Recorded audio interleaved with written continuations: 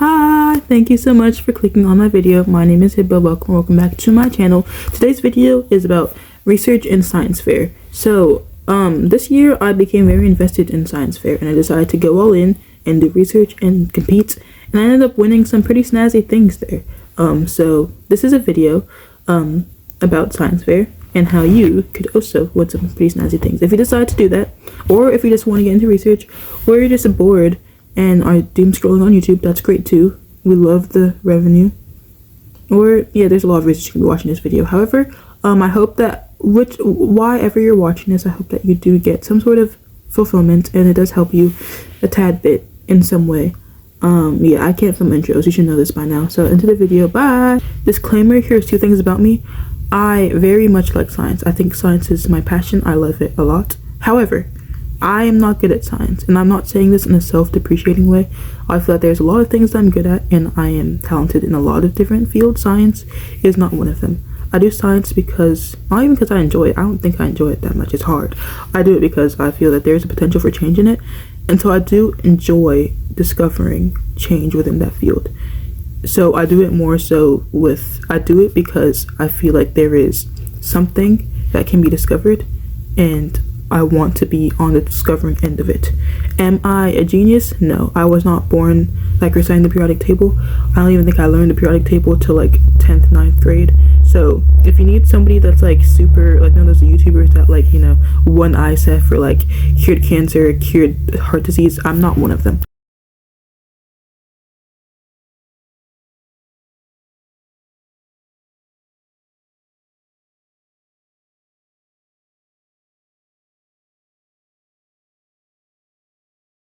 I'm just a girl standing in front of a camera asking you to I'm just a girl who was passionate about something, did the thing, ended up winning within the thing that she was doing, and is now making a video to tell you guys how I did it, in case you guys are interested. So let's get started.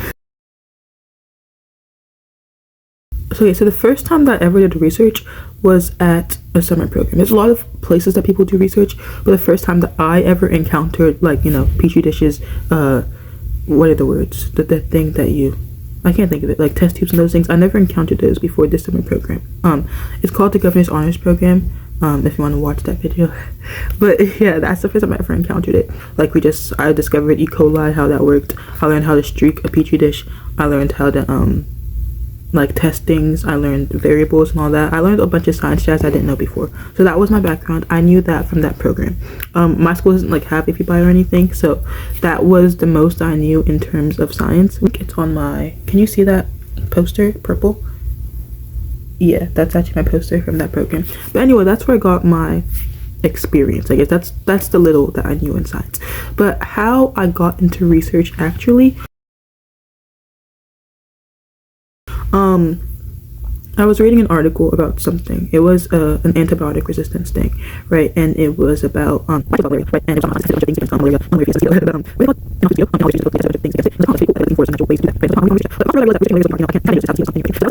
seeing the article led me to want to research something. Like I just wanted to do something. I live next to 2 schools. They're not like UCLA or like Columbia. They're like really small schools, like a community college and like a university, and they have a science lab. So I do enrollment with one of the schools, and so when I had the idea, I reached out to one of my professors to ask them like if they had a lab that could, you know, accommodate what I wanted to do.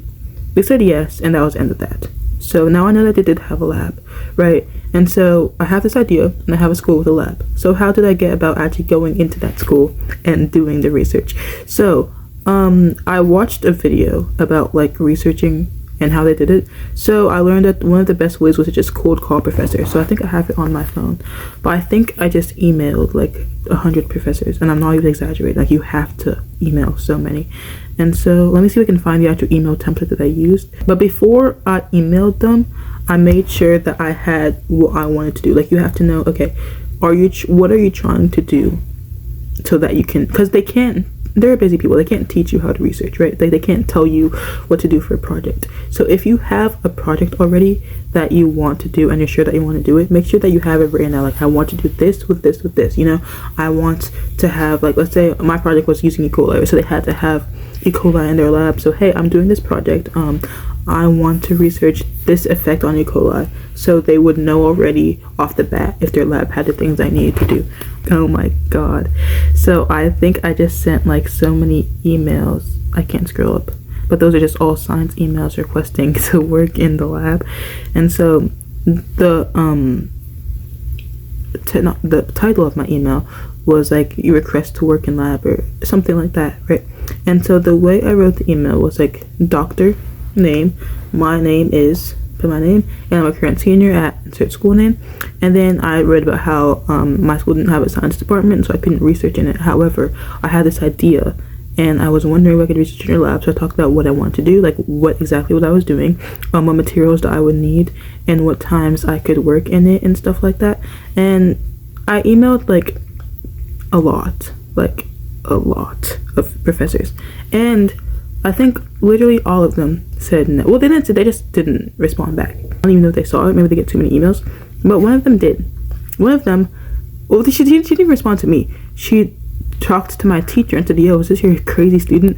And she was like, yeah. And she was like, okay, come in. So that's how I got into the lab originally. Anyway, so yeah, now I have a lab. It was like a really, like, you don't have to be researching at Harvard. Like, it was just like a normal lab. It was like, picture an AV Bio lab. It was that like level of lab. So yeah, now I had a lab, I had an idea, and I just had free reign. The professor, in my case, the professor wasn't really in that much of the time. She was kind of just like in the background. Because she really was like, she was kind of chill. She just let me do whatever I want, and then she just told me where the stuff was. So I just sat down and did the things I wanted to do, and I recorded it and I left. It didn't take me that long. So that's how I did it. However, I reached out to some of my other friends who did research, and this is how they did their research. So a lot of them, let's say if they had an interest in like the heart, or they had an interest in like urine, don't ask me how, just hey, people teach their own. Let's say they had an interest in that, right? So they reached out to professors in the universities next to them who were studying that specific thing, right? Let's say they knew a professor was studying the effect of stress on the heart, right? And they knew the person was studying that. They would send an email asking them like to shadow them, or to like just to be in their lab to see that. And a lot of the times, if you're in their lab and you're seeing what they do, you kind of get an opportunity to like see it in real time, and it's a lot more likely that they'll let you use their lab for something of that sort, right? Or let's say if you're in the lab and they're studying the heart, you know, they might give you like a tiny minuscule portion that you could do to count as your research, you know.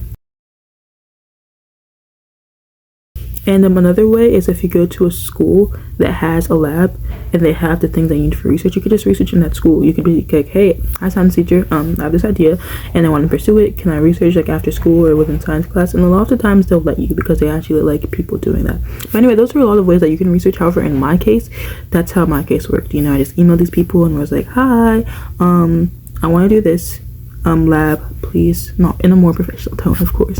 And sometimes you'll get one yes. Do not feel discouraged if they don't respond. It's not like against you or anything. They're just really busy professors who like have a lot to do, and it's probably gonna get lost in their emails anyway. They're probably gonna be like, oh, let me respond, and it's gonna get lost. Or maybe I'm just coping, I don't know. But it's okay if you don't get a lot of people respond, because that happened to me. So that's kind of the basis of research in general. I will go into more specifics as it comes to the main point of this video, which is science fair and research, and how that happens and how that works and how it can be successful in that. So Lego. Now, I did a lot of science fair competitions, like a lot of little ones, but the main one that I did, where I got the most out of, was ISEF. So, well, I didn't attend ISEF. The name of the competition is Regeneron ISEF, so the International Science and Engineering Fair. ISEF is the final stage, but what I did was, so that was like the company Regeneron, and the science fair was International Science and Engineering Fair. I did not go to ISEF because apparently I suck. However, I have friends that went to ISEF and stuff, so I do have input on what they did. And so yeah, I will give you information on all the stages.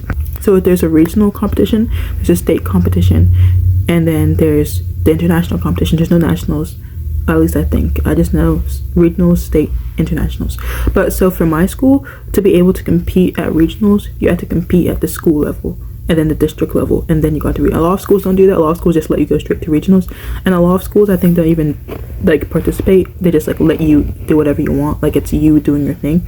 But so for my school, you have to compete at the school level, and then you would like win for your schools in your district, and then go to regions. And at regionals, you would compete with people across your region. Of course, that's kind of how that works. And then you'd go, and my regional was, let me not dox my region either. And then I would go to state, and then state was GCEF, and GCEF is where I won all my money from. I think I won. Am I allowed to say that on camera? Yeah. So that is what I'm going to be talking about today, mostly, I think. There is a lot of ways to be successful in science fair. However, my very first tip, and I say this in every single video, but I cannot stress it enough, decide early if you want to do it or not. Science fair will not make or break your college application if you're worried about that. Or actually, no, it could. So I'm not like a college advisor or something. I'm just a girl who makes videos, so don't take my word for it.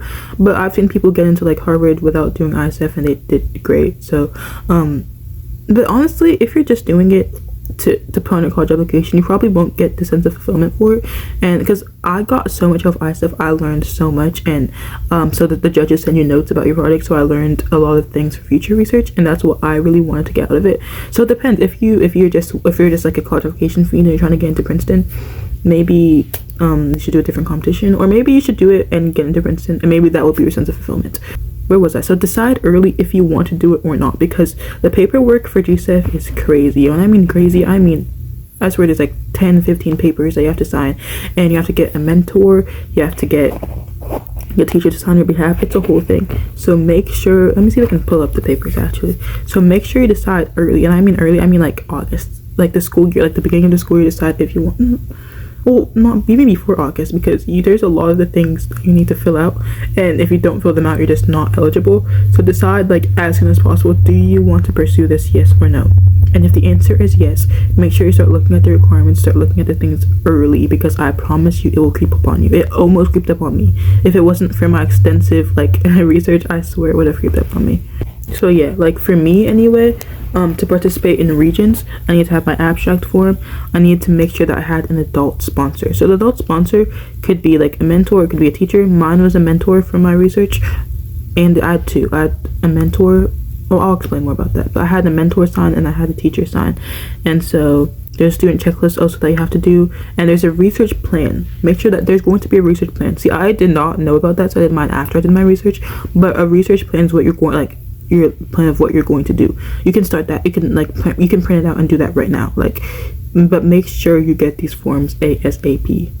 But if you're not competing in GCEF and you just ISEF, whatever state you're in, and you just want to learn about research, I will talk more about research, I promise. However, most of my things are based on this one competition, so that's what you're gonna get. I'm sorry.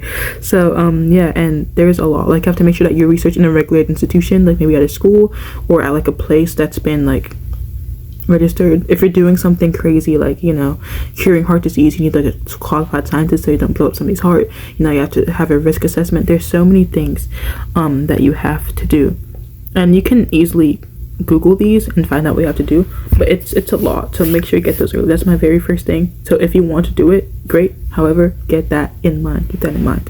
Number 2, make sure you get your mentor, and your mentor doesn't have to be like, if your research doesn't involve like lab materials, like if your research doesn't involve chemicals or anything, you don't need like a qualified scientist. You just need like a teacher. And a qualified scientist doesn't have to be like a PhD person. Depends on what you're doing. Like if you're doing something basic, you don't need to have like a crazy person do it. Like I got my teacher to sign, my science teacher, and she was fine because she had like credentials within that. So make sure you get your mentor as soon as possible, and you decide who's going to be your mentor and decide what you're going to do, because you can like sway, I guess. Like let's say you're doing a project. My project was antibiotic resistance using E. coli, right? And I did a lot of things within that project. However, make sure that what you put on a research plan is what you're going to do. So I want you to sit down and decide what are you going to research, like what are you going to need, what is it that you're going to present on your board. And you don't have to have your like data at all. Just make sure what are you trying to do, and get that down, because that was my biggest thing. Like throughout the whole month I was like, oh, is this good enough, is this good enough? So I kept on changing it. Like I literally changed my plan like 20 times. But if I had any tip, make sure you get that plan and take time to research. I mean, like sit down, spend 2 months researching seeing what you want to research, read articles, look at other people's past research projects, do anything you want. However, you need to get that plan as soon as possible, because it will, when you're actually researching, you don't want to have to go back and write down the plan of what you just did, because there might be inconsistencies and that can cause people to be like, so yeah, make sure you get that as soon as possible. Okay, so now that you know you're going to participate in this competition, you know what you're going to do, make sure you figure out the category. The category, I'm not going to say it can make or break your like presentation. However, it is going to be judged within the category. Like you won't get brownie points if you're doing chemistry but it has bio in it. They won't give you extra points for doing another category. Make sure you know what category you're in. My category was microbiology, because I was dealing with like microbiology. I don't know what to say about that, but make sure, and it kind of, sometimes your research can like sway between categories, but make sure you pick the one that you feel like best fits your research, you know, like you personally, what do you think it fits? And yeah, my friends did it in all sorts of, and your category won't like, you won't like lose for getting an easier category. I think there's awards in every category, at least at the state level. So don't feel like you're gonna pick like a super hard category and then just so that you can win. That's not how it works, because there's winners in every category. And even so, if you try to pick a hard category, you're not passionate about it and you don't know what you're talking about, they will know. I promise you, they will know. I remember I was practicing with some people and they picked, I was like mentoring some people and they did like some medical, because like that's the most popular one. They did not know what they're talking about, and it was obvious that they didn't know what they were talking about. And so if you put them against people that have been preparing for this since like 5th grade, obviously it's going to show. So make sure you pick a category that, you don't have to be like an expert, but make sure it's something that shows your passions and shows like what you're doing, and make sure that your project does fit your category. And then there's so many different categories to choose from. Some categories have 2 people in it, some categories have 5 people in it. My category actually was pretty big, I forget, but it was pretty large. Physical science I think was also pretty large. Software systems was really small, there's like 2 people in it at our state competition. Engineering, I think those are judged differently from the normal science, so that was different. But yeah, a lot. And like the music category, there's like a music science category I think, and it had a really small amount of people. So make sure you pick a category not based on the people in it, not based on competition, because there will be a winner in every category no matter what. And if your work is good, your work is good. It doesn't matter what category you put in. If your work is good, your work is good. If your work is bad, your work is bad. But make sure that you pick a category that does fit your work. And how do you pick a category, you may ask? So on one of the forums, they're going to ask you to pick your category, and if you actually search up international science and engineering for your categories, it'll give you like what the categories are. So microbiology, what they expect to see in it, physical science, what they expect to see, and you can compare those qualities to your product and see which one it matches. Also, if you search up, I learned this recently, there's a database, right? If you search up the ISEF database, you can search up, ISEF is just the very big competition. So ISEF database, they have a big search, right? If you can search up categories and see like previous projects within your category, right?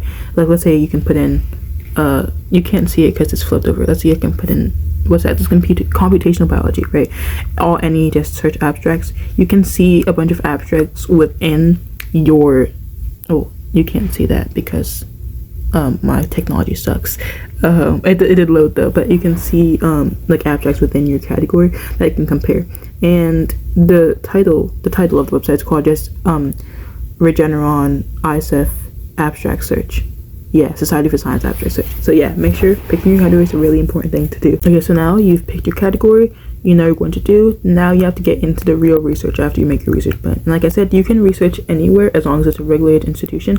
So like you don't have to, researching at Harvard or MIT won't give you more brownie points in some way that research at the community college. In fact, I don't even think you can put like, I don't know, but I don't even think you can put like your mentors, like if your mentors are MIT grads, like that's fine and all, but it won't count against your 4 year.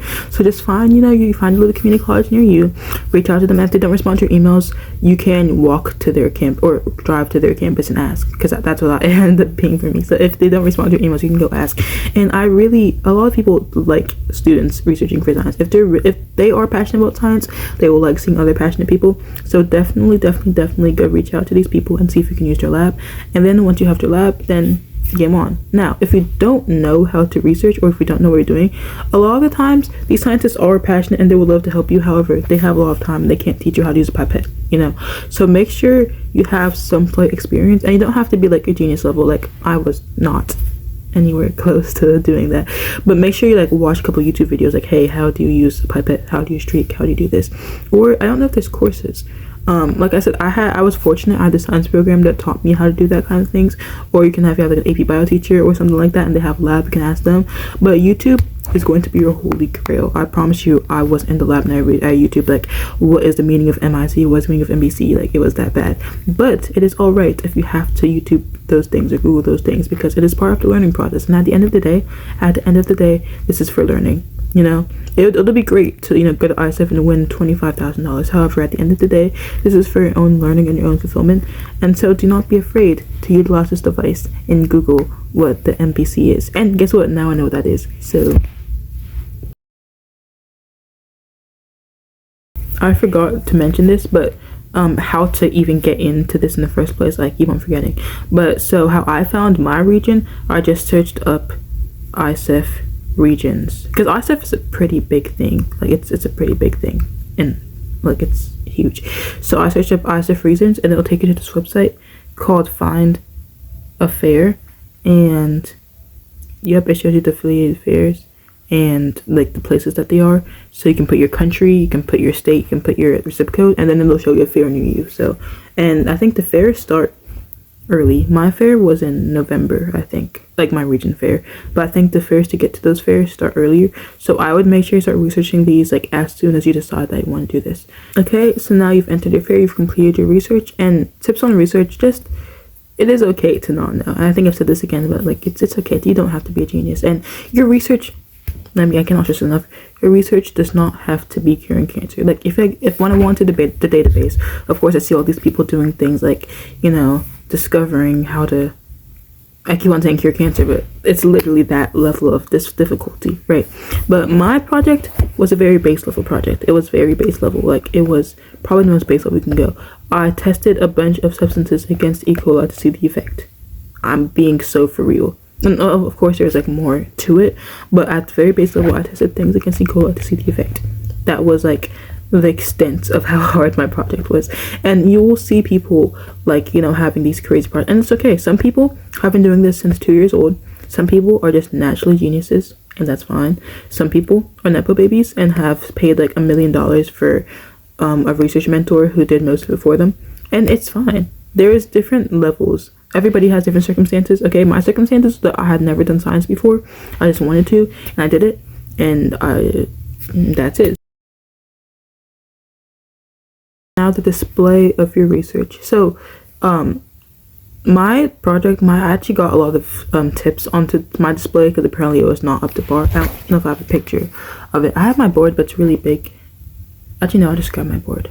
Hi chat, we're back. Okay, so my board was a tripod from Walmart. Like, I'm being so free. A lot of people got theirs printed like fancily on like a website. You can get those printed, but those are like $200, and I just didn't have that at the moment. So Walmart tripod, and I'll show you my one from Originals. This is one from State.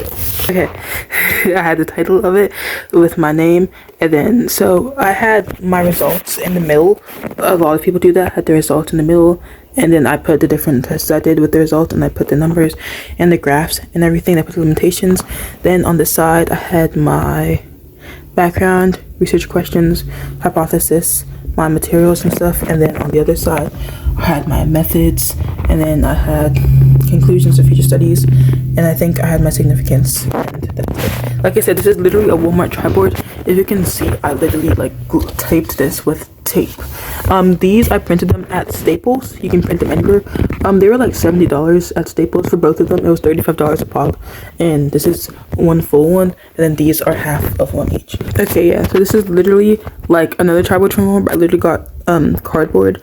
This is construction paper, and then I printed this out with my printer and put it on there. And so I had my procedures here, and I had my results, and then I had background, and I had materials there, and then I had discussions and stuff, and then I had conclusions. So that was my other tripod from Regionals. And of course, a lot of people are going to have more like advanced things or like more expensive things. But I went first there with at regionals with that board, like first overall with that board. So it is what you make it, you know. You don't have to have a crazy board. You can just have a normal triboard. So yeah. Now, if you want specifics about my research and my project, I can make another video, because this video would just be 30 minutes and I cannot edit that long. I just can't. And yeah, you don't have to have like a super fancy board. I had another friend who's going to ICEF this year, actually, like the international. I went to GCEF, the state one. She's going to internationals, and her project was also like printed out and posted onto a triboard. So yeah, it's okay to have a board like that. Your first project isn't going to cure cancer. It just won't, you know. And it is all right for it not to cure cancer. It's all right for a project to be basic and have a bunch of my project had a whole lot of mistakes, and that's fine. So just make sure that you're flexible on that and you don't get really upset, because I promise you it'll be all right. Like, it'll be all right. Now, actually presenting your research. So one thing about me when I presented my research, it was basic, but I knew it through and through. A lot of people, if they have like really hard projects, they like forget what they did, or like they did it in the moment and I actually forgot how to do it. The thing about mine was that I actually knew it. Like, I knew it from back to front, so I could tell you over and over and over again. So that was one good thing. Like, any question that they asked, I could tell them, because I did it myself. I could be wrong, but I would know that I was wrong, you know. A lot of people said that it was good on your product. Another thing, show passion. Like, if you're not passionate about it, just drop out right now. If you're not passionate about it, there's no way you're going to spend all this money, all this time, all this effort to go and see all these projects and be depressed for like 5 months in science fair season if you don't care about it. And I'm being for real. Science fair season is not for the weak. And so if you really don't care about it, just don't do it. Like, just don't do it. There's so many other things you could do. If you're into social science, go to the social science. If you're into like math, go do math. But if you're not passionate about this, do not do it. This is my warning right now. Yeah, but they told me that was really good, that I was really passionate, and they enjoyed hearing about it. Was it a very basic project? Yes. However, they enjoyed hearing about it, and it was nice to see a person so passionate, they said. Another thing is, so my project was very based on giving back. Most of the things I do about that. But so my project, they could see the relevance of my project in society. Like, a lot of people study these complex things, but at the end of the day, like, what does it do? You know, you discovered this genome does that, and a lot of the things they do have reward impact, they just didn't know it. So make sure you know the impact of what you're doing, you know. So at the end of the day, what is the purpose of you doing this? Like, you did this for what? It's like, what is your main goal after this project? What are you going to do with this information that you solved, you know? Or like, let's say you have this, you know, these variables do this, so now what are you going to do with these numbers? You know, what is your plan? A lot of the words that I won were based on, like I said, the desire to give back. So if you were interested in something like that, make sure that you really weed into that. Like, make sure, like, a lot of special awards judges were there, and you couldn't actually tell who was a special awards judge or not, but make sure that you do get their hearts as well as their minds. Like, of course, they're scientists, they all know that we're geniuses or whatever. Like, they know that you're smart, they know that you know the stuff. Like, you wouldn't be here if you didn't know this stuff. However, tell them that you also have a heart too, you know. Show them that this could be helpful for people, and just show them that you care, and that does matter a lot. I should think anyway. Yeah. So yeah, know your stuff. Be passionate, be passionate, be passionate. Be so passionate that you're gonna wake up spitting this information, and that sounds so twisted, but be passionate, and you got this. Like, it's okay, you know, it'll be all right. And if you need any help whatsoever designing your project, thinking of a topic, reading, if you want a video based on my project, what I did for my project, for all 2-3 levels of it, let me know. I shall make it. But yeah, it's okay, you'll do great. And your first science fair is not going to be like up to par anyway. Like, I know people that won crazy awards their first time and nothing the second time, they crazy awards their third time, or they were nothing crazy, nothing. Like, it's science fair is low-key, they're low-key bipolar, so it's not really a friction off you if you don't win anything the first time, because just try it again, because eventually you will win big and you'll be so happy, and then you'll make a YouTube video like I did. So okay, besties, that's my final act of wisdom. You seriously got this. Like, when I tell you I had 0 experience before doing this, I mean, I had to Google what a pipette was. I didn't know. I'm being so friend. That's so embarrassing as a person studying biology next year, but I promise you I did not know what it was. So it is all right. You will do great. And if you need any help whatsoever, like if you're just stuck, my Instagram is up there. I think that's the best part to put it. So my Instagram is up there. Do not hesitate to reach out. When I tell you I love talking to people about this kind of things, like, I'm like nerd 101, so I would love to speak to you about this. So yeah, reach out. I love you. Bye. Thank you for watching my video.